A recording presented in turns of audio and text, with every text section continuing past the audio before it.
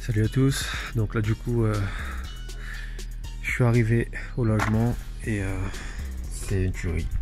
Je vais vous montrer ça vite fait. Donc c'est un gîte, bon Shun est installé.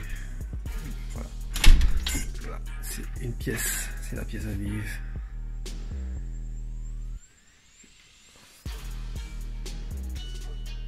Voilà, ça va être notre logement pour les 2 prochains jours avant de reprendre la route pour la Hongrie.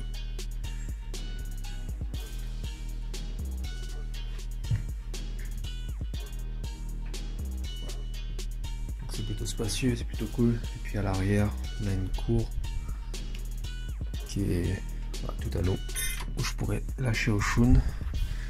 Et on est au bout d'une ruelle.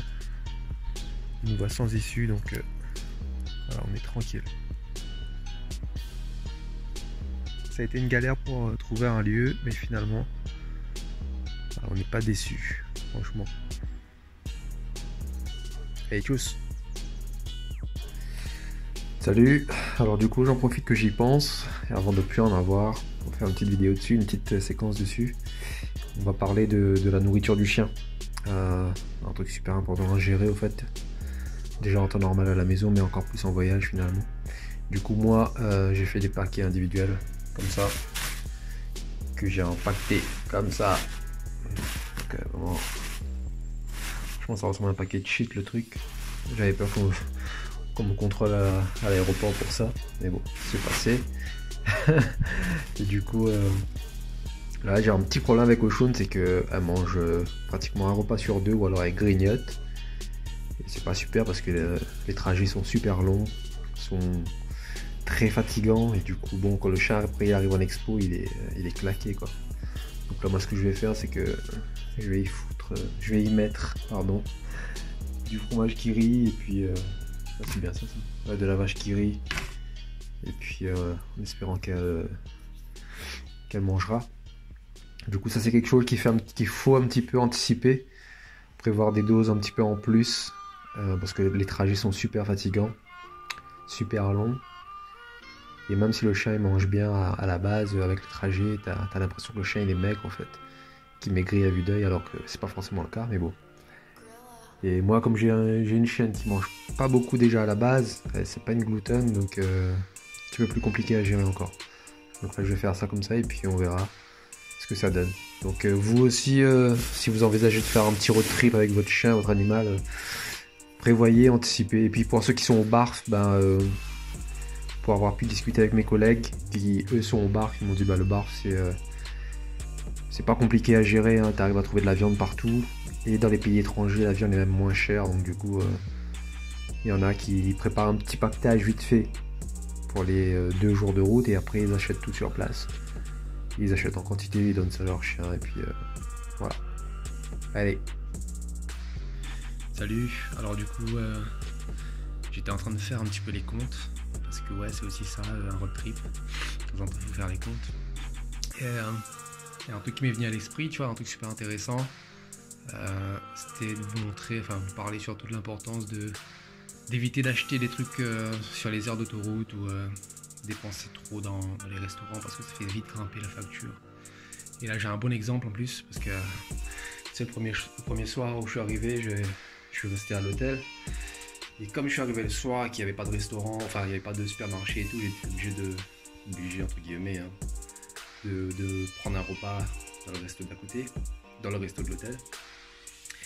Et le resto en fait il était pas super cher, mais il m'a fait quoi, 27 € et des poussières. Et là aujourd'hui, pour venir au gîte, là je suis passé vers une petite supérette, j'ai fait quelques courses, et je me suis rendu compte que ça fait aussi 27 € et des poussières.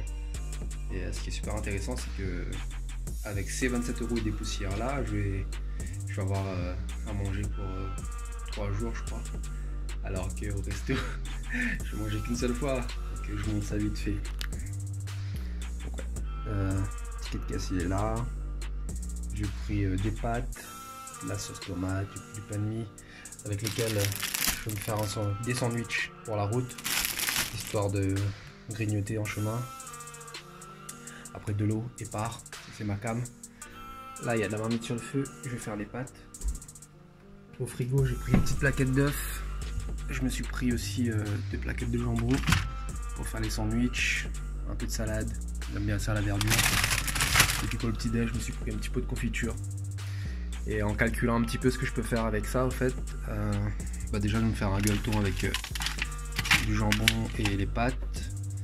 Demain matin au petit déj, je fais des œufs.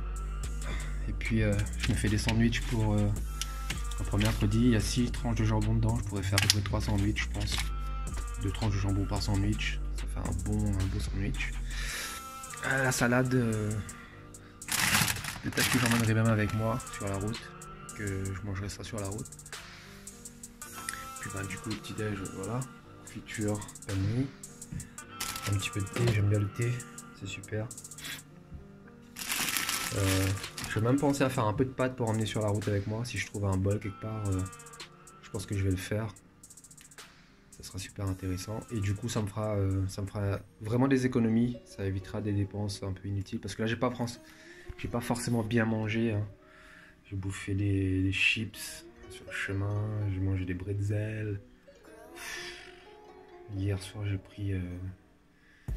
Hier soir, sur la route, sur un lien de station en Croatie, j'ai pris une espèce de pain au raisin, mais version salée.